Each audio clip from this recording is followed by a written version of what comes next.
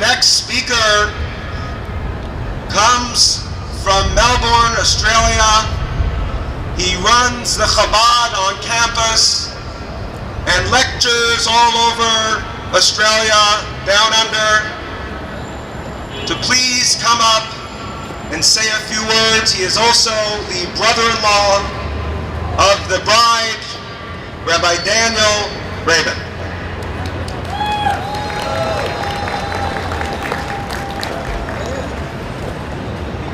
Thank you, everybody. Welcome. Mazel tov, as they say, in good old-fashioned Jewish fashion.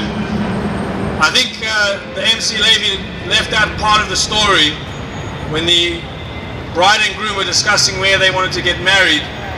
And when the groom left the room, the bride said, in front of Macy's would be perfect. So I think she got her wishes, and I'm sure the groom will be taking her to Macy's quite soon. I've been asked just to say a few words to explain a number of the customs which we're going to do tonight. So I won't be long. I'll just touch on the one which probably those of you who have never been to a traditional Jewish wedding with bride and groom, you're seeing this beautiful canopy standing over here, and you're probably wondering what it's all about. So I'll just say a few words about that, and then we'll continue with the rest of the ceremony.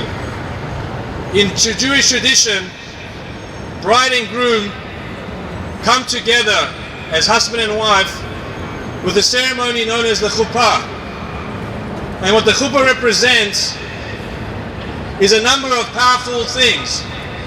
But the most powerful of all is that a bride and groom in Jewish tradition, if they just come with their own selves, with their own egos, their marriage unfortunately doesn't always succeed. But what we try and instill in a bride and groom, and what they prepare for months before the wedding, is to have a third partner in the marriage, which is God Himself.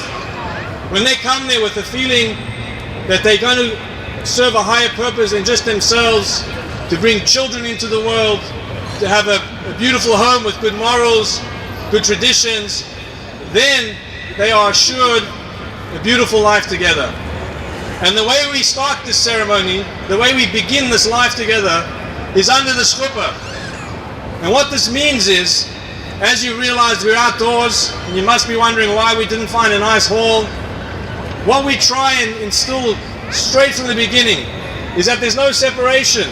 We're directly under the sky. We're directly under God's influence and God's blessing. And more than that, the Jewish people, and those of you who may have read in the Bible or heard the stories, when they were in the desert, they were constantly surrounded by clouds of glory, by God's presence. And we try to reenact that tonight, to be surrounded by this Chuppah, by this canopy. Explanation. We will see tonight the bride and groom coming up here, being under the sky, under the blessings of God. And with that, as we've heard from the past two speakers, the MC and his brother, that what we try to express tonight is also that this world as we know it, unfortunately so many times there's pain, there's suffering, hatred, animosity between people. And we hope tonight, with the power of the Chuppah, with the power of this blessing, that the entire world will notice. You never know, someone somewhere in this world might see a YouTube clip of this film and be inspired to be peaceful, to be loving and caring for one another. So enjoy the ceremony, and Mazel Tov. Thank you very much, Rabbi Rabin. Unfortunately, I think you misheard.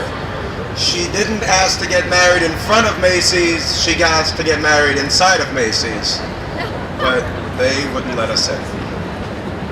Our next speaker does not need much of an introduction. He heads the Russian Jewish community of the San Francisco area. He is the rabbi of United Schneerson Synagogue. He needs no introduction. He also happens to be the father of the bride, Rabbi Ben-Sion Pil. Please come and say a few words. Дорогие друзья, Мазал тов! Большое спасибо всем, кто пришел. Мы сегодня здесь собрались из-за нескольких причин. Номер один, вчера был это 18-й день месяца Элул, когда родились два великих человека этого мира. Это был Баал Шем Тов, основатель хасидизма. Он родился ровно 250 лет назад, то есть четверть тысячелетия. И более 200 лет тому назад родился Алтер Ребе, основатель хасидизма Хаббат. Также осталось всего лишь 11 дней до Рош ха-Шана, нового еврейского года, когда решается судьба каждого из нас индивидуально и всего человечества в общем. А также мы делаем хупу. И дело в том, что мы гордимся, что мы евреи, и поэтому мы делаем в центральном месте, чтобы все знали, что мы горды, что мы евреи. Также я хочу объяснить, что хупа, кошерная хупа, это когда жених, мужчина, еврей, и когда невеста это женщина или девушка, и она еврейка.